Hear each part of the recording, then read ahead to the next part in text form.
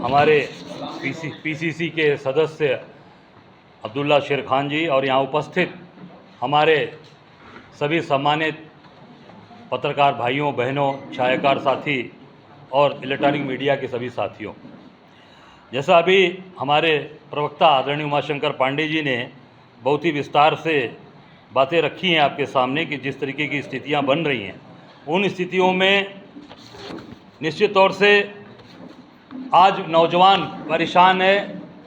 जो हमारे विद्यार्थी हैं, जो शिक्षा ग्रहण कर रहे हैं, वो लगातार मानसिक अवसाद में उनका मानसिक स्तर खराब होता जा रहा है, वो कमज़ोर होते जा रहे हैं कि इसी कारण से 1 दर्जन से ऊपर बच्चे बच्चियों ने आत्महत्या कर लिया, सुसाइड कर लिया।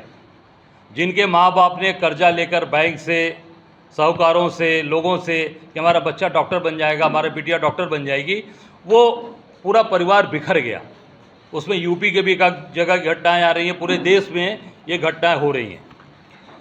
आप ये 6 बार ये भाजपा सरकार में 6 बार ये नीट की परीक्षा लीक हो चुकी है, 6 बार, आप सोच सकते हैं। और ये सरकार केवल और केवल घुमाती है और आम जो हमारे शिक्षार्थी हैं, विद्यार्थी हैं, उनको केवल भ्रमित करती है। अभी आप देख सकते हैं कि पिछली बार जो एग्ज़ाम दिया था बच्चों ने, कैंसिल हुआ। अभी 21 तारीख को कल वो अभी पूरे देश में कराया जाना है। और उसमें जो बातें इन्होंने कहा कि ये सेना के जहाज और सेना के संसाधन का इस्तेमाल करेंगे।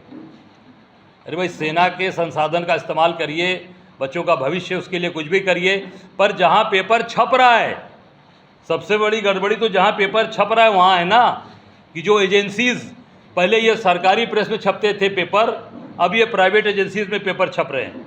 वो छपवा कर प्राइवेट एजेंसी जो गुजरात की कंपनियां हैं, वो इसका पूरा खाका खींच रही हैं और वहाँ से फिर आप उसको सेना के जहाज़ से और सेना के संसाधन से आप उसको ले जाएंगे। इसमें आप देखिए जो सीबीएसई की मूल्यांकन में गड़बड़ियाँ आई। सीबीएसई, पहली बार ऐसा हुआ हिंदुस्तान के अंदर, देश के अंदर, कि सीबीएसई के जो बच्चे एग्ज़ाम दिए थे उनके भी मूल्यांकन जो हुए हैं, उनके आंसर शीट के, उसके भी काफ़ी गड़बड़ियाँ आई है जो बच्चों ने उठाया। और ये पिछले 12 वर्षों में 23 राष्ट्रीय परीक्षाएं पेपर लीक हुई हैं। 12 सालों में 23 राष्ट्रीय, देश की, प्रदेश की नहीं। अगर प्रदेश जोड़ देंगे तो ये 90-92 से ऊपर चला जा रहा है। इसकी पूरी तरीके से ये हो चुकी है और पूरे देश में 90 से ऊपर हो चुकी है। जो राहुल जी ने कार्यक्रम किया, छात्रों की गूंज, जो कार्यक्रम कोटा के अंदर किया गया, जिसमें आपने देखा भारी संख्या में हमारे बच्चे बच्चियाँ सब उसमें शामिल हुए और जिस तरीके का संदेश वहाँ से पूरे देश के बच्चे बच्चियों को गया है, उससे एक विश्वास पैदा हुआ है कि हमें इस पर संघर्ष करना है, हमें लड़ना है। आत्महत्या या सुसाइड हमारा रास्ता नहीं है। हम, राहुल गांधी ने रास्ता दिखाया, राहुल गांधी जी ने, उस रास्ते पे चलकर हम अपना भविष्य संवारेंगे और आगे बढ़ेंगे। वो राहुल जी ने किया भी। एक कार्यक्रम कोटा में हुआ है, अगला कार्यक्रम प्रयागराज में, फिर पटना में, उसके बाद दिल्ली में। ये 3 कार्यक्रम अभी प्रस्तावित हैं। इसमें पूरे उस एरियाज़ के बच्चे उसमें शामिल होंगे जो वहाँ बच्चे परेशान हैं। 22 लाख छात्रों ने नीट की परीक्षा दी और शिक्षा बजट 1,40,000 करोड़ के करीब का है। सोचिए, इतना पैसा, और ये पैसा बर्बाद हो रहा है। ये कितना, ये 6 बार हो गया, आप जोड़ लीजिए कितने पैसे बर्बाद हो गए। और जो आत्महत्या की जो एक मानक है, एक मतलब जो एक जिसमें इतनी घटनाएं घटी हैं, 65% बढ़े हैं, 65%। जो 29.1% युवा बेरोजगार छात्रों का था, वो 65% तक बढ़ गए लोग। और ये आप देख सकते हैं कि शिक्षा मंत्री, लगातार लोग मांग कर रहे हैं शिक्षा मंत्री इस्तीफा दो, इस्तीफा दो, पर धर्मेंद्र प्रधान के कान पे जू नहीं रेंग रहा, टस से मस नहीं हो रहा है और वो चुपचाप गड़बड़ियाँ किए जा रहे हैं। और मोदी जी आँख मूंद कर पर उनके ऊपर ट्रस्ट करके सारी चीज़ों को खुद, मैं समझता हूँ कि उसमें पूरी मोदी सरकार शामिल है। मेरी मांग है कि तत्काल इस्तीफा दें धर्मेंद्र प्रधान, हमारी ये मांग है, ये कांग्रेस पार्टी मांग करती है। और निश्चित तौर से इसमें जो सबसे महत्वपूर्ण चीज़ें हैं कि 2005 में लगभग 71% बच्चों ने सरकारी स्कूल पढ़ा, 49% हो गया है। और पूरे देश में 1 लाख सरकारी स्कूल बंद कर दिए गए, 1 लाख सरकारी स्कूल बंद कर दिए गए, 50,000 निजी स्कूल खुल गए और हर साल आज हर 100 कॉलेजों में लगभग 80 निजी क्षेत्र में हैं। देश में लगभग 1 घंटे में एक सरकारी स्कूल बंद हो रहा है, 1 घंटे में एक सरकारी स्कूल। करीब 10 लाख शिक्षकों के पद खाली हैं पूरे देश में। और पूरी तरीके से ये सरकार की शिक्षा को पूरी तरीके से ख़त्म करने पर लगी है। कैसे शिक्षा ख़त्म हो और कैसे आज ये देश के अंदर जो एक नौजवानों की पूरी फौज आज अपने भविष्य के लिए चिंतित है, माँ बाप चिंतित हैं कि हमारा बच्चा, हमारी बिटिया, आज उसको ये पूरी तरीके से उसका भविष्य बर्बाद करने पे सरकार काम कर रही है।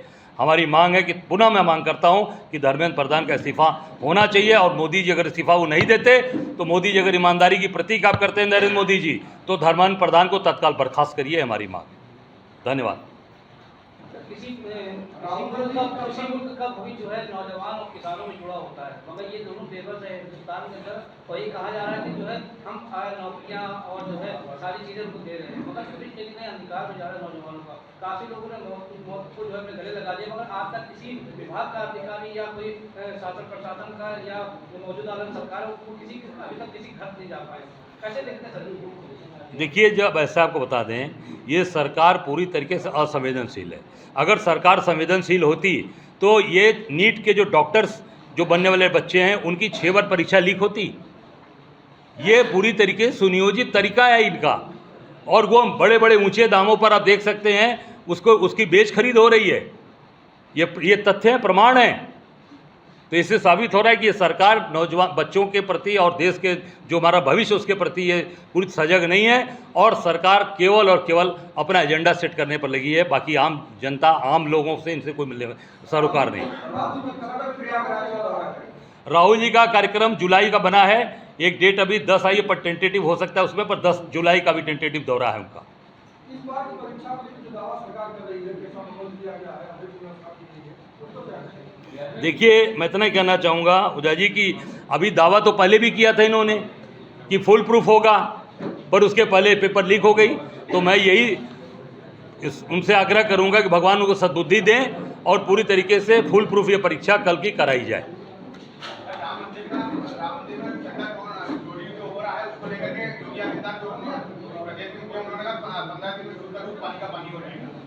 देखिए, अब SIT उन्होंने गठित किया है, अभी FIR दर्ज हुई नहीं, फर्स्ट इन्फॉर्मेशन हुई नहीं। ये जांच किसकी हो रही है?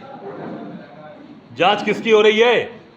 जब FIR दर्ज हुआ ही नहीं तो जांच किसकी हो रही है? इसका मतलब केवल चीज़ों को एक भ्रमित किया जा रहा है। और आप देख सकते हैं कि वही SIT में वही अधिकारी विजय विश्वास पंत जो प्रयागराज में कमिश्नर थे, जिन्होंने कहा था भोर में कि उठो उठो सवेरा हो गया, जो सोवत है वो खोवत है, जो जागत है सो पावत है, जो अमृत वर्षा हो रही है, अनाउंस किया उन्होंने लाउड स्पीकर से। और उसके बाद भगदड़ हुई, स्टैम्प पैड हुआ।